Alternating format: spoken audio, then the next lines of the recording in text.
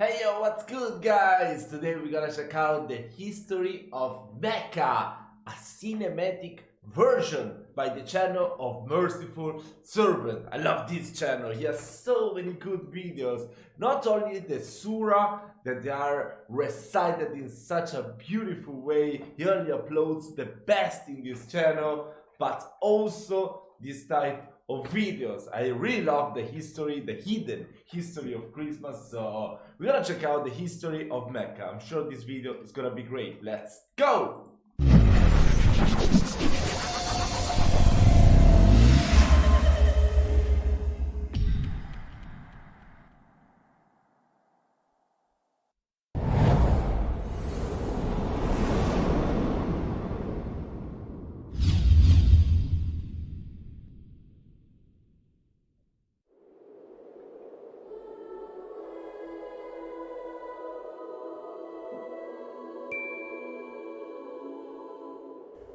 Our story begins with the city of Mecca. It is said that when Adam and Eve were first expelled from paradise, the two were separated, with Eve having landed near the city of Mecca, and Adam having landed somewhere in the Far East. I didn't know that. After many years of searching for one another, Adam finally managed to make his way down through the Arabian Peninsula to Mecca, and it was at the top of Mount Arafat, just outside the city of Mecca, where the two were finally reunited. Mecca is also significant because it is considered the first place on earth that God Almighty was worshipped alone. And so, it was at that very spot that Abraham and his son Ishmael built the first house of worship for God. Wow. In honor of this, God Almighty had built in the heavens a similar structure for the angels. And it is said that every day, 70,000 angels come to that building to perform their prayers and then leave, intending never to return again. Wait, 70,000 angels? How many angels are there? Did anyone count them?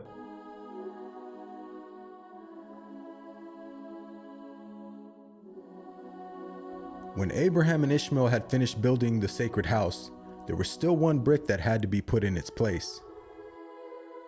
And so, Abraham sent his son Ishmael off to find a unique stone that he could put there. But God Almighty destined that the final stone that was to be laid would not be from the material of this world, but instead a stone directly from the heart of paradise. The angel Gabriel then brought the stone down to Abraham, who proceeded to put it in its proper place. Wait. It is said that Okay, so I have a question right now. Is the designated angel? I don't know if that's the best way that I should ask, but still, come on. Is Gabriel the destined angel to talk to the prophets on behalf of God? Let me know. I think so, because also we did see, and I read in that book by Martin Links that was the angel Gabriel that would talk to Muhammad, show himself to Muhammad to teach him the way of Islam. when the stone first came down, it was a pure white color. But due to the impurities of this world and the sinfulness of man, the stone slowly began to fade and eventually turned black.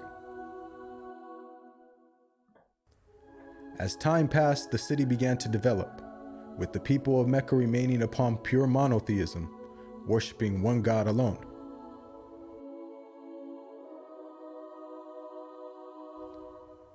This despite the fact that their neighbors in Egypt, Mesopotamia, and the Levant had been practicing paganism for centuries.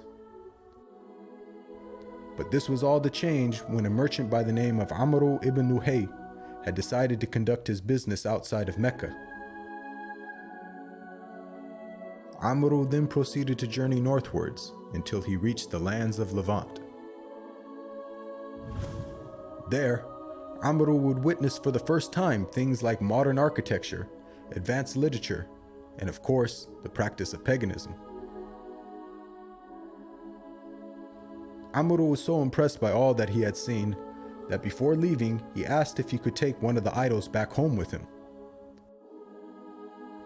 The people agreed, and so Mauro took the idol and placed it along with the other goods and merchandise in his caravan.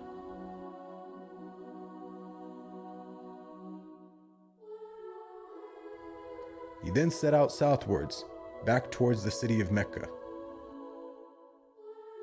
When Mauro arrived back home, he immediately took the idol and placed it right in front of the sacred house.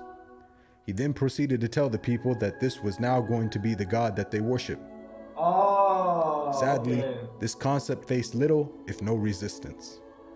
And as time passed, the people began to worship more and more different idols, until it is said by the end of the 6th century, there were over 360 different idols surrounding the sacred house in Mecca.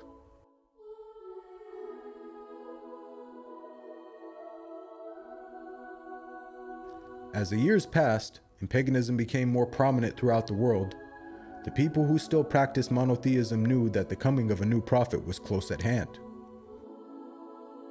And so, either through deductive reasoning or through interpretation of their holy text, many had concluded that the Arabian Peninsula was the most probable place God would send his new prophet. For at the time, the Roman Empire and the Persian Empire had extremely repressive governments and were hostile towards any type of rebellion, be it ideologically or politically.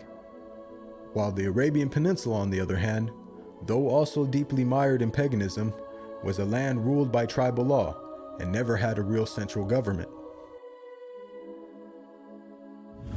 As time went by, it appears that more and more people began to move down to the Arabian Peninsula to await the coming of the next prophet. And so, in the very land in which man first worshipped his Creator, and where Abraham built the first house of worship for God alone, it was there where God had destined his last and final messenger would emerge.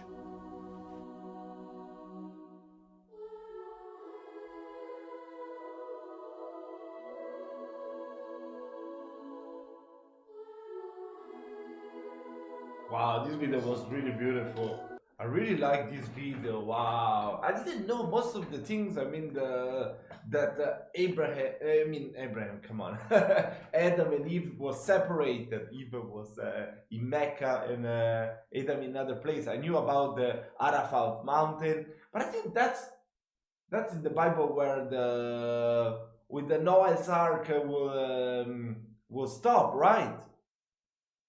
If I'm not mistaken, I think that's where the Ark of Noah will stop. I don't know. I don't remember. I mean, I read the Bible a long time ago. I need to read it again, along with the Quran and most things. I'm really interested in this kind of stuff. I don't know why I didn't pick up theology when I was younger.